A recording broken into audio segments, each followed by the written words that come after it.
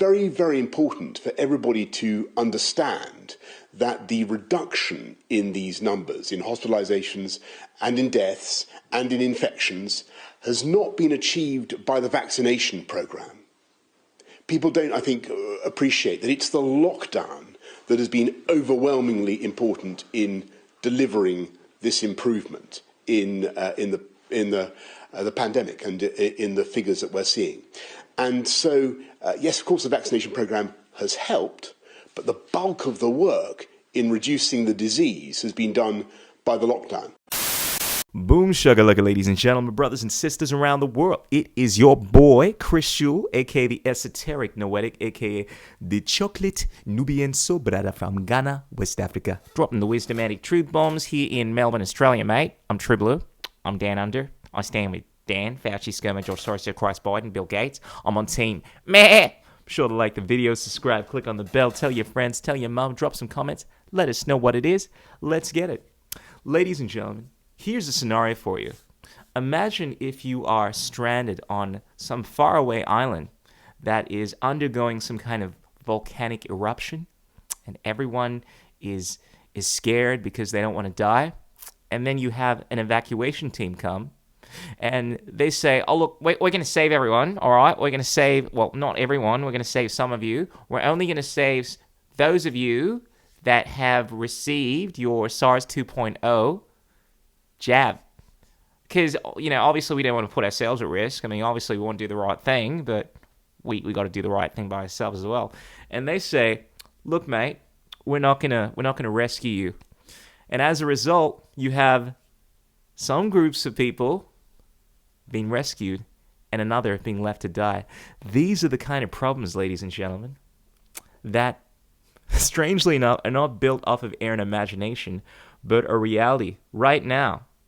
So according to this article, only people who are boom shakalaka can evacuate on cruise ships as the La Soufriere volcano on the eastern Caribbean island of St. Vincent erupted on Friday. This creates a two-tier society where boom shakalaka people have already fled the island on cruise ships, while non-boom shakalaka folks are choking on volcanic ash. Oh! Vaxpartheid. Oh, the scenarios. I mean, I think of the kind of scenarios that we're going to be seeing. I mean, here's a likely scenario. Oh, people that are dying of some kind of illness but won't be admitted into hospitals because they haven't received the jab. Well, here's another scenario that brings about a lot of questions. What happens if you have suffered some kind of accident, you've lost a lot of blood, and doctors want to actually help you, want to give you a transfusion? Now, are they going to give you the blood of people that have been boom shakalakkered? And what effects is that going to have on you? I mean, look, I am no scientist. I'm not Bill Gates. I'm not the most powerful doctor in the world. Interesting, eh? You guys tried doing that? Look up the most powerful doctor and see who turns up.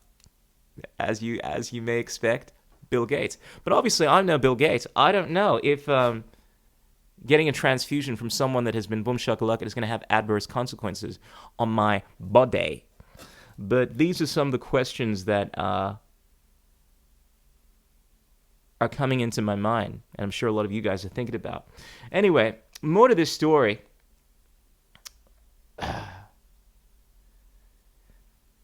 Yeah, so apparently 20,000 people have been forced out of their homes on the Caribbean island of St. Vincent after a volcano erupted there for the first time in more than 40 years. Cruise ships are now evacuating people from the island, but only those boom shakalaka against COVID-19. It's easy to speak light of this when it's not happening to you, but it really is a very ominous scenario when you understand that there are a lot of people that are actually concerned about their well-being. They have legitimate concerns about the efficacy of certain inoculations. And because they're concerned about their well-being and concerned about the well-being of their friends and family, they make a decision that runs contrary to the status quo. and they're punished by it. And that's what we're all experiencing. Well, a lot of us are experiencing right now. I'm experiencing this. I mean, at the moment, I'm in a situation where I have to choose between doing work, acting work, or having to undergo evasive tests just so that I can work. And you say, and a lot of you are like saying, "Oh, look, man, why are you complaining? Just stop being a fucking pussy. Just get the jab, get tested. Stop putting everyone at risk with your conspiracy theory ideas." Well, for those of us that have actually done research, we realize that a lot of the times the government, the science, the establishment, they get things wrong.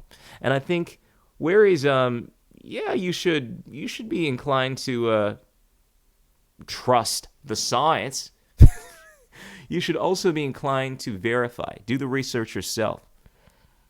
Trust but verify. Look, one thing for certain is that there is a lot of things that we do not know in regards to the efficacy of certain things that are being administered right now. Now, granted, people will tell you that something is, but the reality is when you haven't done a lot of testing on something, there are a lot of potential ramifications. And it's frustrating that this seems like it's just being ignored. We just have these authority figures saying, "Oh, look, it's safe, it's safe. You know, just trust me. I'm a doctor, I'm Bill Gates." Anyway, speaking of another related issue to Bill Gates and Elon Musk. So apparently Elon Musk has been sharing some controversial tweets lately. First of all, this is a month back. And look, I'm not exactly certain where Elon stands on this. And look, a lot of people have this idea that Elon Musk is part of the establishment. Elon Musk is a businessman. Elon Musk is someone that is trying to make a buck. Now, granted, we can have our own conspiracy theories in regards to what he's up to. Like, one of the things that I try to avoid doing is making judgments on people I don't know anything about. Well, even though I do know quite a lot about Elon Musk, I've watched all of his interviews on the Joe Rogan Experience. I've watched many interviews he's done, and he's a very interesting character. I understand what he fundamentally stands for, which is he believes in liberty, but he also is a capitalist. But he's also very much in support of the status quo. At least it seems that way, but then sometimes it doesn't seem that way. What's interesting is not that long ago, this is last year, he came out to say he was very suspicious about the tests that he'd taken. Don't quote me, but he'd taken apparently in the space of a day, maybe like quite a few tests, some of which came out positive, some of which came out negative. And yeah, he was starting to question the validity of the Boom Shakalaka 19 test, right? SARS 2.0 test, which is understandable. And he basically unraveled in an interview on the Joe Rogan Experience that the mortality rate that was being reported by the mainstream, this is according to Elon Musk, was not indicative of the reality. And you'll find officially, in the UK, the SARS 2.0 has been downgraded to a virus that's pretty much in line with the flu. At least this is what they've come out to announce with their grading of this thing. But nonetheless, we're still seeing in the mainstream that this thing is like the plague. But here's the thing. So Elon Musk came out a while back and said that, look, he doesn't trust the testing. He doesn't buy into the lockdowns. He thinks that the government is overreaching. They have no right to do that. Tick, tick, tick. Mad props. I give respect to him. But then he's also come out to announce that, and this seems very in support of the agenda to boom shakalaka everyone. Like he posted in a tweet, for sure, wise for elderly or immunocompromised to take the boom shakalaka. Some debate about the second jab, though. Quite a few negative reactions to that. And this shows to me that, look, he's thinking for himself. Like he's basically looking at the data that he's probably seeing from mainstream news and other alternative sites, and he's thinking, oh, well, it seems like a good idea. I trust the government to some extent, right? I trust the medical establishment, probably thinking, and I trust science. Obviously, he's a big science dude, but one of the things I always try to separate is science and then scientism, and there's a lot of scientism going on right now. Anyway, Elon Musk is saying he trusts, obviously, the the boom shakalaka, but you can see that there seems to be a lot of adverse reactions. At least this is according to his tweet. And I'm thinking, all right, well, this guy seems like he's thinking for himself. But then, not long ago, he came out to post, and then not longer came out to post this thing over here, where essentially it's basically a caricature of Bill Gates devising this conspiracy theory, and it's absolutely hilarious. I think he put this down as a joke. It's basically got a picture of the stages: stage 1, fear, then censorship, then we have mandatory vaccines and so forth, and then finally get everyone to subscribe to Zoom, which is this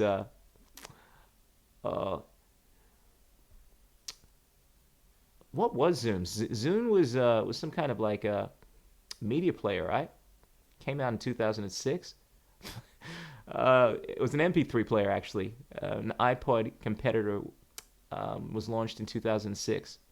The company stopped production, but anyway, it's interesting. He's got Bill Gates is essentially trying to get everyone to download the Zune player as part of the conspiracy theory. But basically, he's outlining how crazy some of these conspiracy theories are. I don't think he was massively in support of it, but I think he's definitely in support of the idea that the lockdowns are not justified.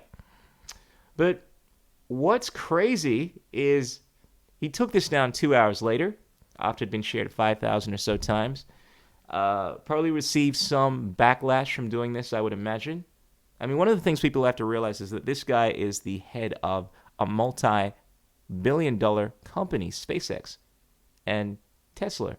And as a result, you can't just share anything without having this affect your bottom line, your share. So I'm always a little apprehensive when I hear these guys saying things and tweeting things, because they can't always speak freely, can't always say what they want.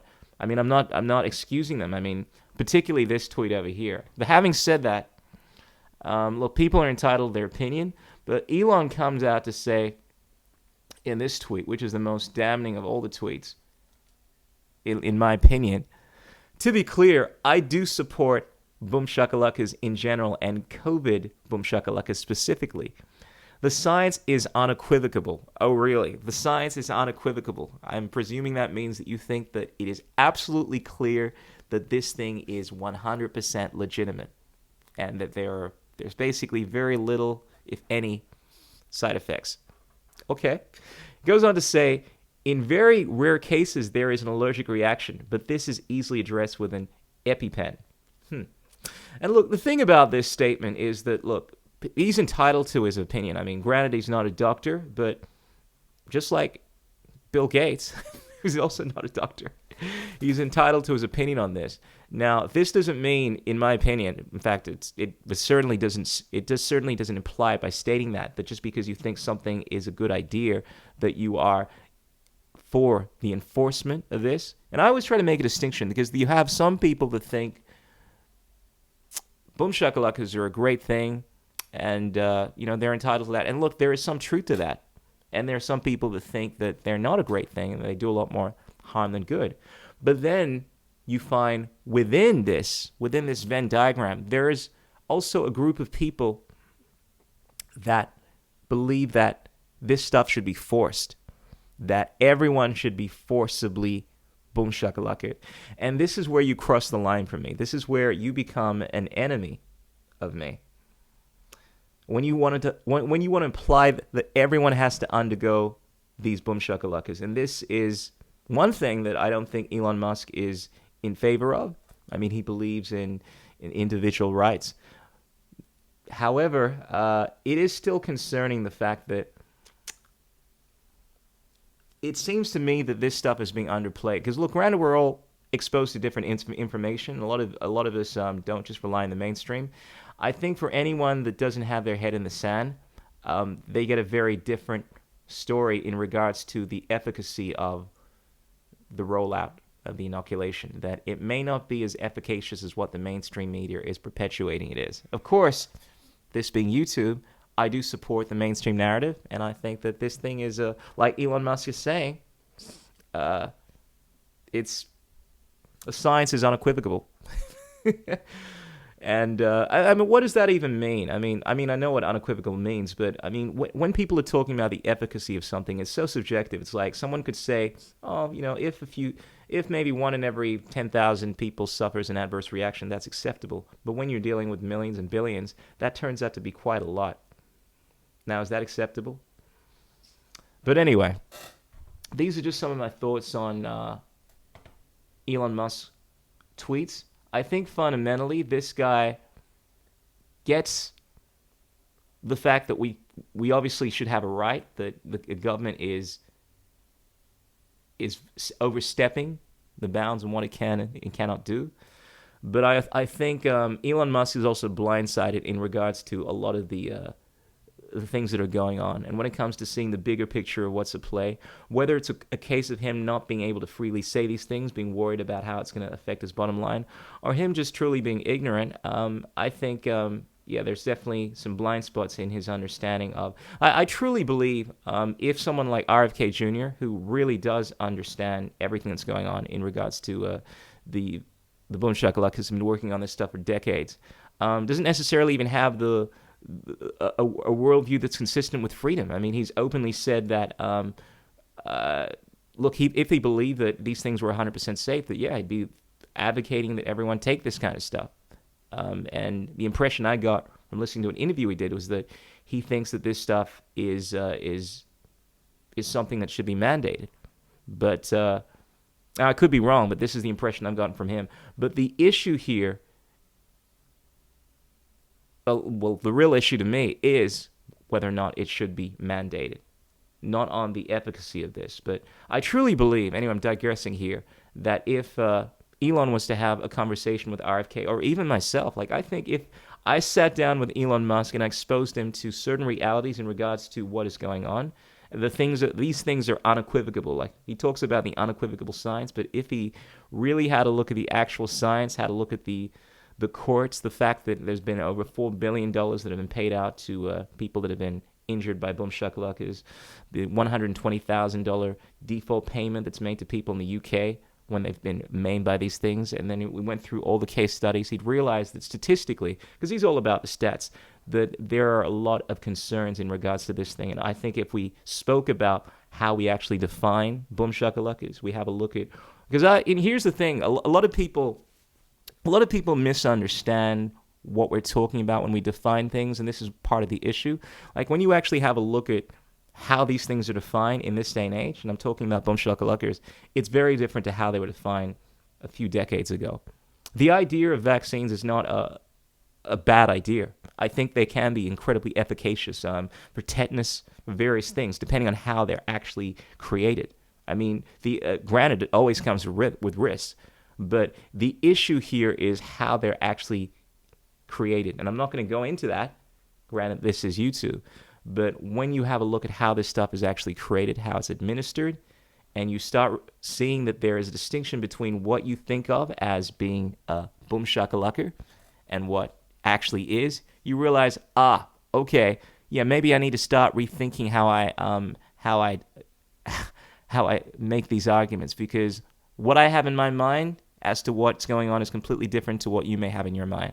But I really truly believe with almost absolute certainty that if I was to sit down and have a conversation with Elon Musk, because I don't think he's actively trying to kill everyone or to depopulate people like some conspiracy theorists actually buy into, I think he'd probably revise his standpoint on this, and realize that, the science is not as unequivocal as he understands it to be.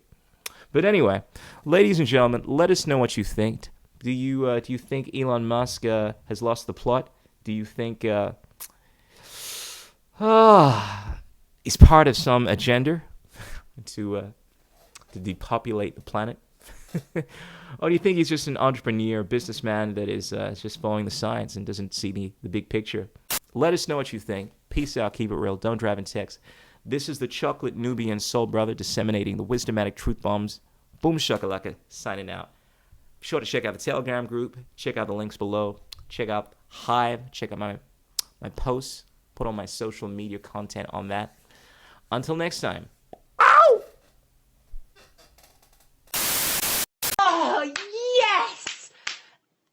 why are you not clapping for the NHS? Uh... If you're not going to clap, that means you should not be allowed to receive any medical treatment. That's fine. In fact, since medical masks are in such short supply at the moment, you should not be allowed to have a mask. Okay. No, it most certainly is not okay. You're being selfish. If you're not going to wear a mask, you shouldn't be allowed to get the vaccine. Oh. Not so arrogant now, are you? Let's see how well you cope in this deadly pandemic with no help from the pharmaceutical industry. Oh, it's alright. You can keep it, thanks. But that's selfish! If you refuse to get the jab, you should not be allowed to participate in society. Yeah. Okay. I mean it. You shouldn't be allowed to go to restaurants or concerts or go to work or go on a plane. I never really enjoyed any of that stuff anyway. Oh, really? So what exactly are you going to do if you can't join in and do all the normal things that normal people like me do? I'll probably just carry on meditating and growing vegetables and playing music and, well, I'll just try and keep out of your way. But that's selfish! Alright. If you're not going to spend your time here on this planet supporting the economy by buying goods and services that you don't need, you should not be allowed to be alive! Okay, I'll leave you to it. What? Death is an illusion. Everything's just a continuous flow of energy, and we all have the choice to humble ourselves and let the spirit guide us as we transcend this perception of a lived physical experience, so nobody really dies. But that's... No, wait! Stop! Come back here right now! People who transcend this perception of a lived physical experience are being selfish! Selfish!